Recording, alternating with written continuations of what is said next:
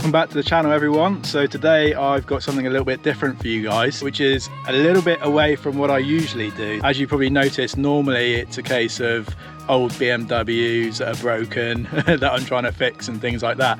But I'm sat in a new car, as you can probably see, and it's not German. So depending on how you pronounce it, Hyundai or whatever rolls off the tongue, I am in a I30. Is it an I30? It's an I30. See, I got one thing right, because I don't know much about these. A fastback as well, apparently. I30n Fastback. Yeah. So, yeah, I've just been out for a bit of a spin in it, and it is insane.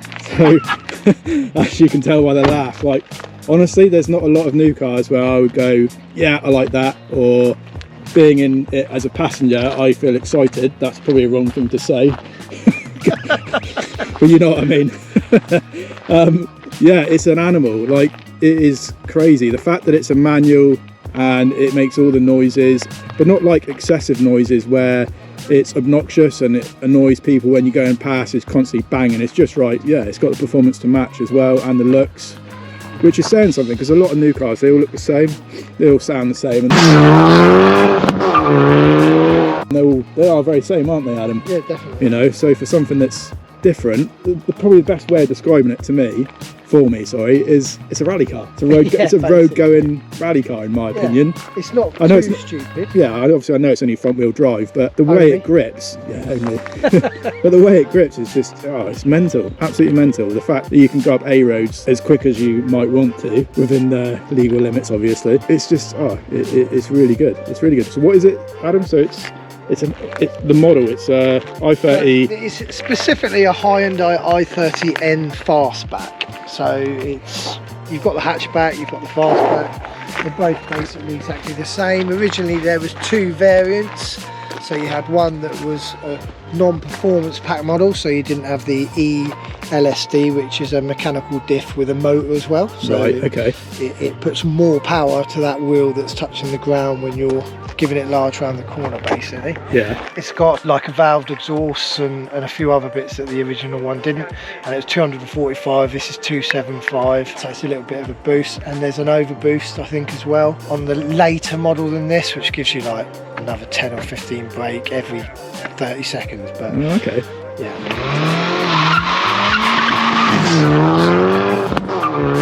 This has had a few bits done to it. I was lucky enough to buy this as it is.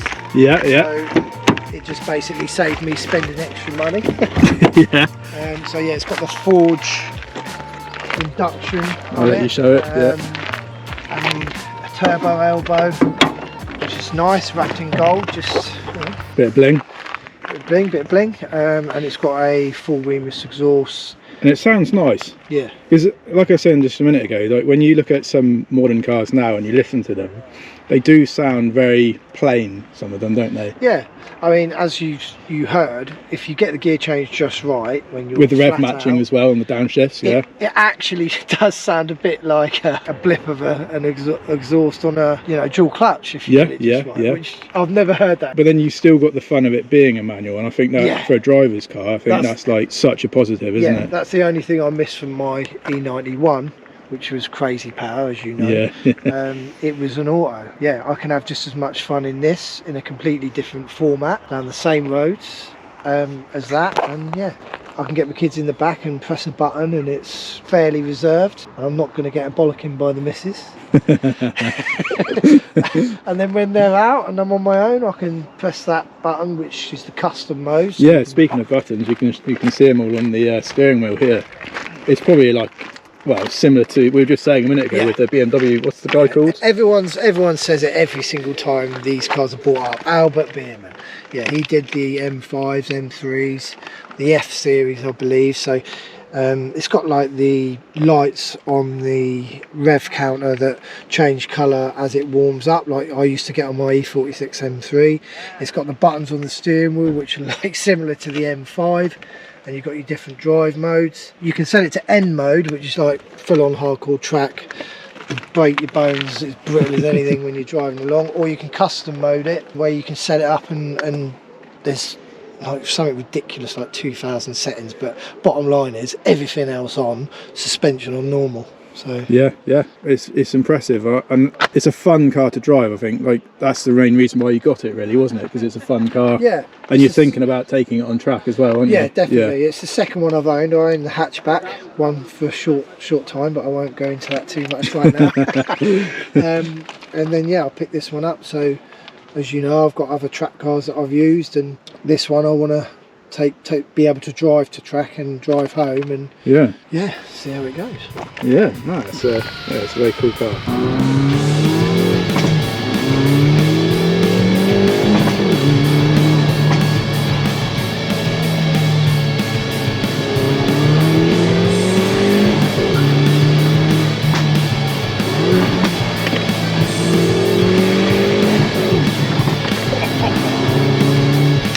There's some grip on this thing.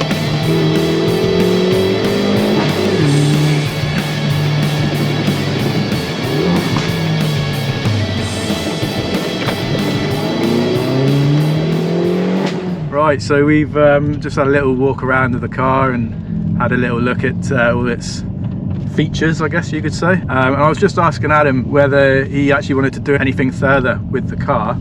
And I think you're pretty happy with how it is all stock, really, aren't you? Yeah, I'm pretty happy at the moment. It's got all the bits done to it, basically. That you'd want doing if you had it yourself and you were going to do it. Yeah, and that enables me to go straight to stage 2 when I want to do that. But yeah, we'll see how it goes on track first. Yeah, because that's basically the main reason why you got this car, is because you want to track it, don't you? Yeah, definitely. I want to use it sort of day to day, so I can travel to work and stuff, which isn't too far, and then yeah, take it on track and rag the life out of it. Hopefully this one lasts a bit longer than the other one, eh? Yeah, that one's still got pain from that one, right about here in 3 places. I think you guys can probably figure out what happened. Excuse the bumpiness, we're just on like a bit of a rough road.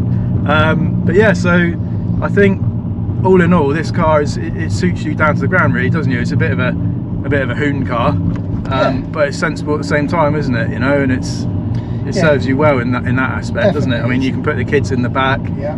You've got a loud exhaust if you want to turn the loud exhaust on. You've got a manual gearbox that, you know, is engaging, and you've got all the niceness of a new car as well, haven't you? Yeah, it's got all your mod cons, so you've got heated steering wheel, heated seats, etc. And then yeah, when you want to press the button, you can just act like a lunatic, really. On track, obviously. I don't condone it on the road. That's right. So yeah, I think we'll probably sum up the video with that, and basically in the next sort of few videos that I'm going to post, I've got one coming up where I've done quite a lot of work on the touring, and that should be, well, interesting to see, because it was interesting for me to do. In other words, it took me 3 evenings after work to strip it all down and basically change over all the suspension arms, the coilovers and all that sort of stuff. So I'll probably put that video up next, but yeah, for now I think we're going to go and well, head home, and I'm going to get back into my old BMW, and it's going to feel like a freaking boat with my slush box. But nice one, I'll catch you soon.